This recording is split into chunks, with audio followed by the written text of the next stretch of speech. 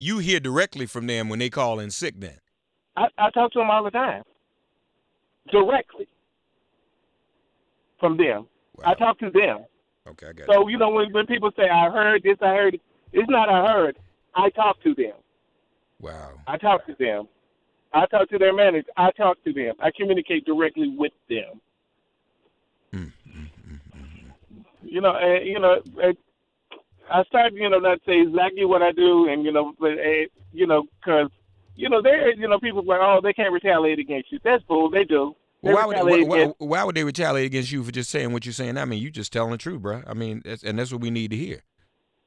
Why do they retaliate against anybody for telling the truth? Yeah, I guess you're right.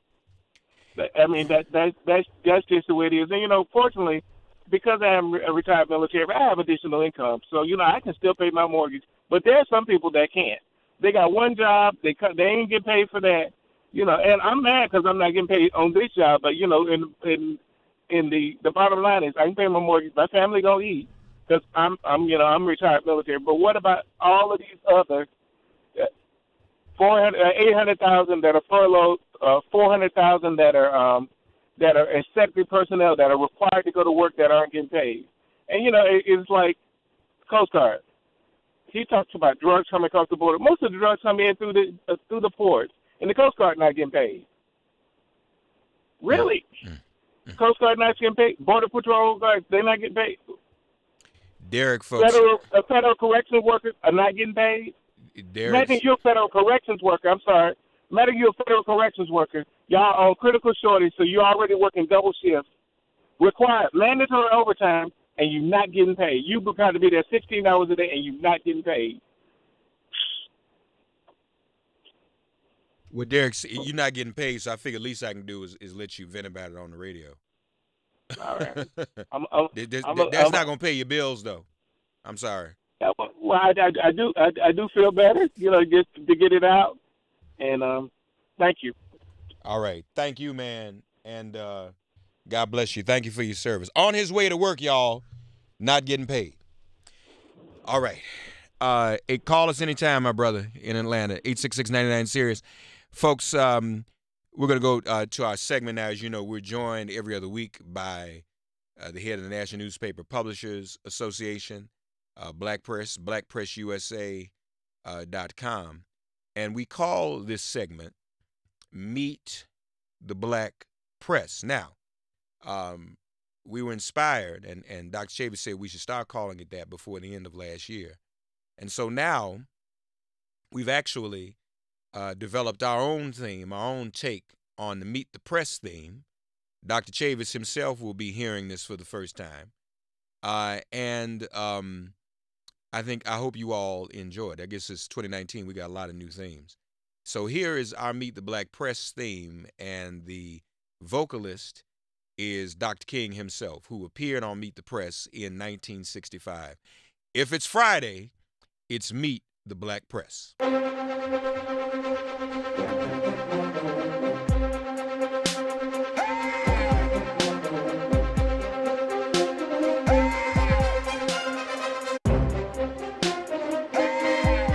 Yesterday on Meet the Press, Dr. Martin Luther King Jr. exposed the evils of poverty, murders, terror, bombings, police brutality. Unmerited suffering is redemptive. Voting rights, economic boycott, moral confrontation, massive civil disobedience. Meet the Black Press is now underway. Joining us now, the head of the National Newspaper Publishers Association, the NNPA, blackpressusa.com, Dr. Benjamin F. Chavis, Jr. Dr. Chavis, good morning, sir. How are you? Good morning and a happy new year to you. God bless Meet the Black Press. Thank you so much. It's very impressive, Mark, and certainly on behalf of all of our NNPA member publishers throughout the United States, who reach over 20 million people a week in print And also now in digital, you can go to blackpressusa.com every day. Fresh news, type of news about the quality of life of black people in America and African people throughout the African diaspora. So pleased to be with you, Mark. Thank you. It's a pleasure to have you. Ben, if you would, introduce our very special guest. Well, one of the most distinguished publishers and owners of black-owned newspapers from Dallas, Texas, from the Dallas Examiner, Mollie Belt. So pleased, the publisher of the Dallas Examiner, to join us this morning on this segment of Meet the Black Press. Sister Belt, God bless you. Welcome to Meet the Black Press. Well, good morning, and thank you very much. It's a pleasure to have you. Tell us a little bit about the Dallas Examiner. Well, the Dallas Examiner is 34 years old, and my father started the paper because he wanted Dallas to have an African-American newspaper that covers hard news, that deals with hard issues and things. He did not want a paper with the fluff, the debutantes, and things like that. So this is why he started the paper. And he and my mother were both murdered, and so I took over the paper 6 months after he started it. The Dallas Examiner, we are very involved in the issues in Dallas. We work very, very hard to inform the African-American community about those issues that really affect them. Voting is probably the number one thing that we work very, very hard to try to have the conversation in our community about voting, the importance of voting. You know, we were talking about earlier about the shutdown in Congress. If we had a majority in the U.S. Senate, you know, it would make a difference. But we don't have our voice there as heavy as we should. So the Dallas Examiner has Monday Night Politics. We've been doing it for 8 years. And it's a forum, and we hold it in the auditorium at the African American Museum on Fair Park here in Dallas.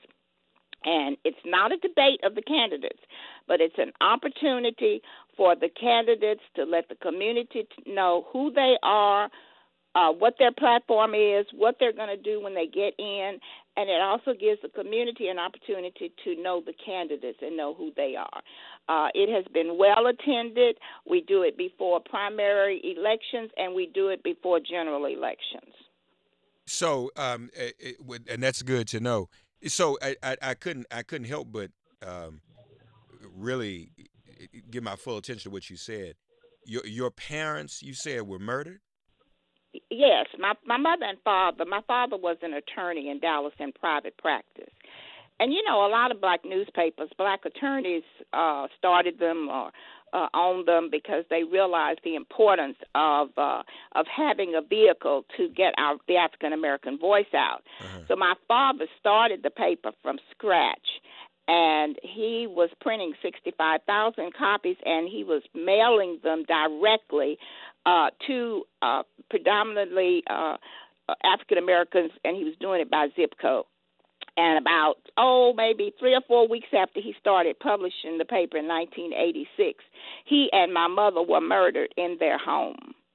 And so at first we thought that maybe it was because of the newspaper, because he hit hard on issues and things that were going on that were wrong.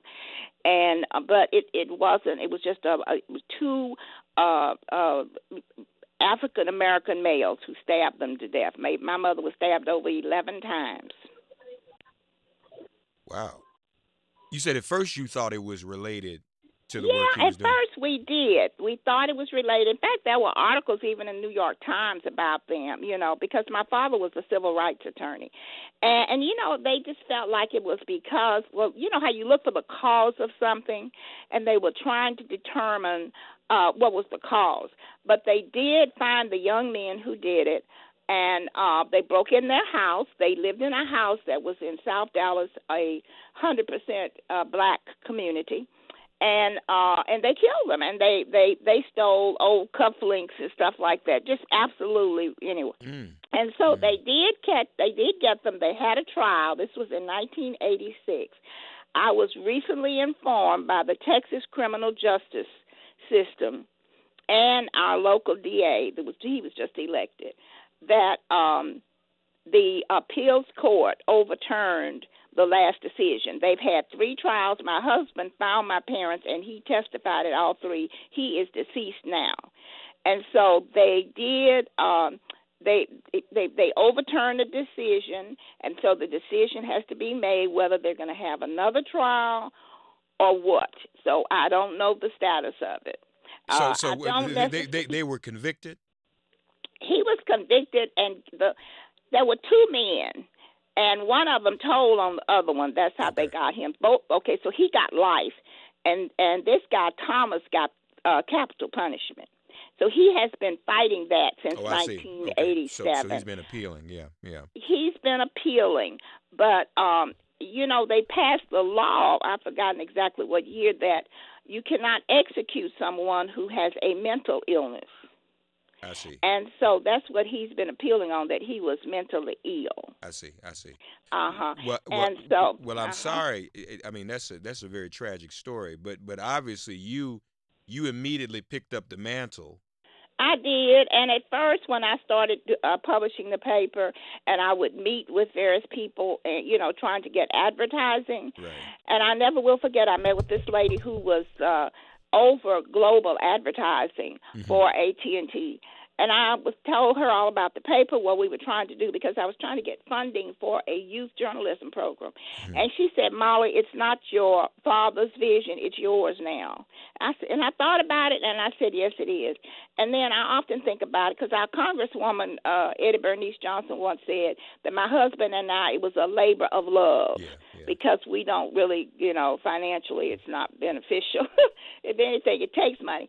But I do whatever I can using the Dallas Examiner as a vehicle to educate our community about issues that are affecting them, educational issues, health issues, criminal justice issues, whatever is affecting, I try to educate them. And it's a struggle today because so many people do not read. They like the little short stuff like they get on social media. But our paper is known to cover hard news. One of our ministers here, his wife, Freddie Haynes, his wife told me at the Democratic Convention one year, she was introducing me to a lady, and she described me the paper. She said, Mollie publishes the Dallas Examiner. She said they tell the story like it is. Amen. Well, we're thankful. And so I just keep on going, and I will continue to until I cannot do it anymore. And my son works at the paper with me, James C. Belt III. And so I have been blessed to have him to dedicate his career to working at the Dallas Examiner, and he also sees the need. Amen. Well, I'm glad you're there, and that the need is the need is there, obviously, and I'm glad that you're there to meet it. The black press is so needed, and it's like it's a long struggle to get advertisers and to get also even our own community to realize how important black newspapers are. Yeah. You mentioned now, that's what, Ben, I'm coming to you, but I just want to go back over something with Mollie Belt of the Dallas Examiner, folks. Their website, dallasexaminer.com. You talked about politics and voting rights. You said you have a weekly meeting, a political meeting? No, it's not weekly. Oh, I'm sorry. Well, we have a series of forums before major elections. I see. Okay, I got you. Before major primaries and before major the general elections.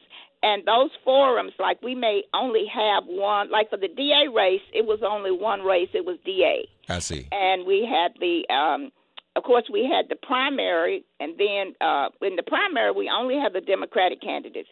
But then in the general election forums, we invite the Republican and the Democrat. And I will tell you, we have had 99% participation rate. Because, see, we a lot of people tell me it's wrong. The Dallas Examiner does not endorse candidates. I see. So all the candidates feel safe when they come to the forums, and I work very hard to get moderators who are objective. I know they have, we got our opinions. We know who we want, but treat everybody objectively and give everybody their opportunity. We have had Republican governors come. Rick Perry came. We have had, in the last election, we had we had Colin Allred, who beat Pete Sessions. That's right. That's you right. know, we get all of them there, and That's great. so it's and in addition to the forums, you know, it starts the conversation. Yeah. We yeah. write articles in the paper about the forum, but it starts the conversation. Amen. And Amen. that's in the community. People start talking about voting and who's running, and I got to do this. And we also have something on our website. You look at it. It's I need to see. We were uploading the recent data, but it's the voter roll call. I think I did see And that. my husband started that, and you could go on there and click anybody's name who lives in Dallas County and tell whether they voted in all the elections. Ben, I cut you off. You wanted to say something. I'm sorry. Go ahead. Well, yeah, I just wanted to say that Mollie Belt and now also her son James Belt III, they exemplify and personify the dedication of our publishers to the black community and to the public at large. Thank God for the Dallas Examiner, and thank God for the legacy. I'm glad we took the time for Mollie to tell the story of the Dallas Examiner. Right. But that is the story of the black press across the country. The dedication, the sacrifice, the service, and, of course, what keeps our papers alive are advertising, Mark. Mm-hmm. And that's why we thank you for helping us with this segment, Meet the Black Press, because millions of people now will hear more about what the black press is, what we do, and the vitality in 2019. So, well, thank you for that. And of course, I wanted my first job was with the black press, as a matter of fact, with the Washington Afro-American newspaper. So no, we definitely support the black press. Mollie Belt, DallasExaminer.com.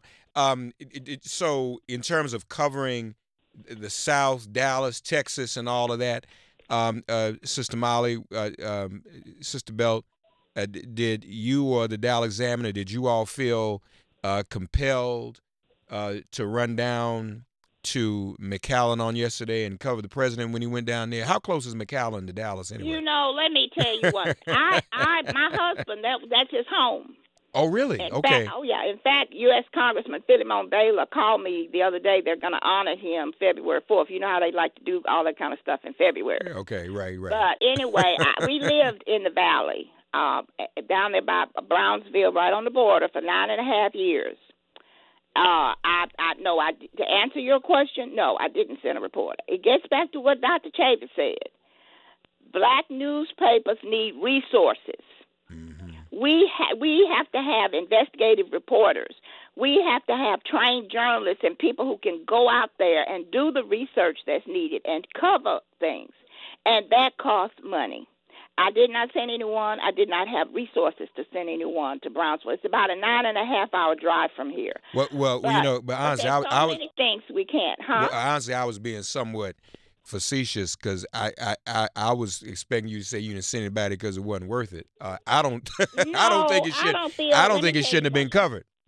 You don't think it should have been? No, I mean it was ridiculous. He told a bunch of lies. I have feelings about that with our president. Sometimes I think they cover him too much. Of course, that's right. And I agree. You get sound bites, and unfortunately, you don't get the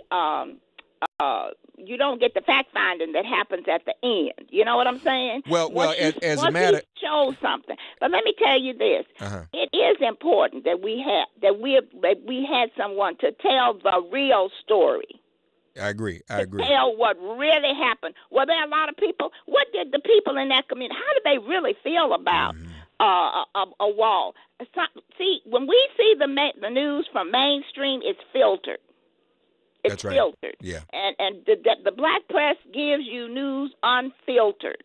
We give it the news like it is. Ben, what do you have to say about that? I mean, I thought what happened yesterday was pretty much a travesty, and frankly, I agree with our guests that there is a lot of over coverage of Trump's foolishness. He controls the narrative. Only a couple of reporters yesterday asked him, and we're going to talk about this with our next guest, folks. Scott DeWorkin is going to join us in a few moments. Stay tuned.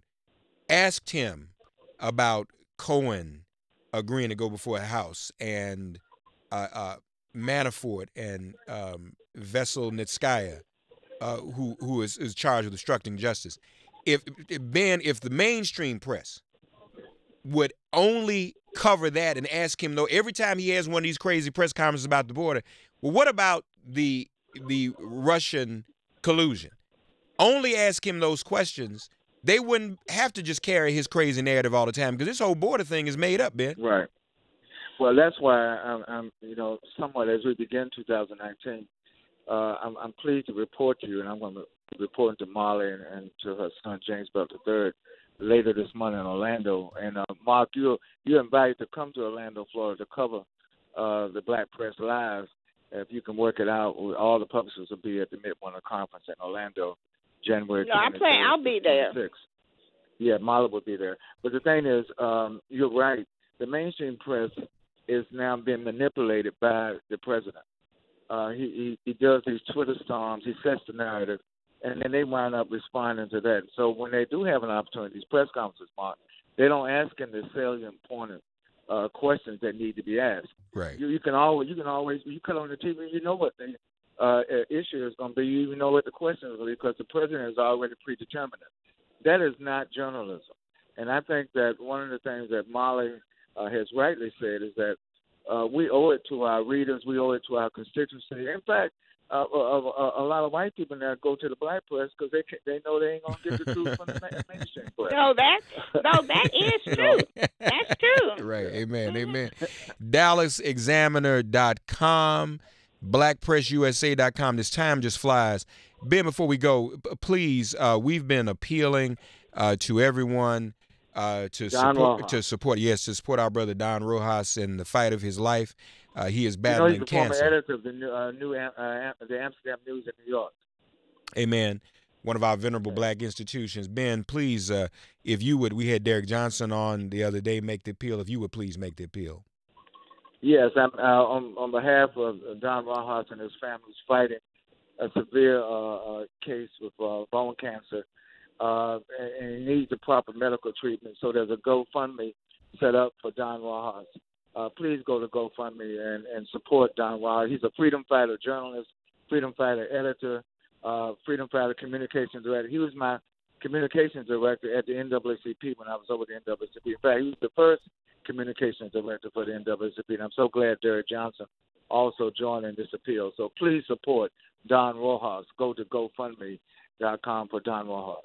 Help Don Rojas in the fight of his life, ladies and gentlemen. Don, we love you. We're praying for you. We want the best for you, and let's try to let's win this battle. Let's claim the victory. We will win. Thank you, Ben. Sister Mollie Belt, it's a pleasure to meet you. Okay, It's nice talking with you this morning. And we'll talk again. And thank you for sharing that story. I'm sure it's painful for you to have to relive it, but when you said it, I just wanted people to kind of hear that. It's hard to hear something like that and just move past it. Okay. So God bless you. Okay, DallasExaminer.com, BlackPressUSA.com. Folks, if it's Friday, it's Meet the Black Press. The rough places will be made plain.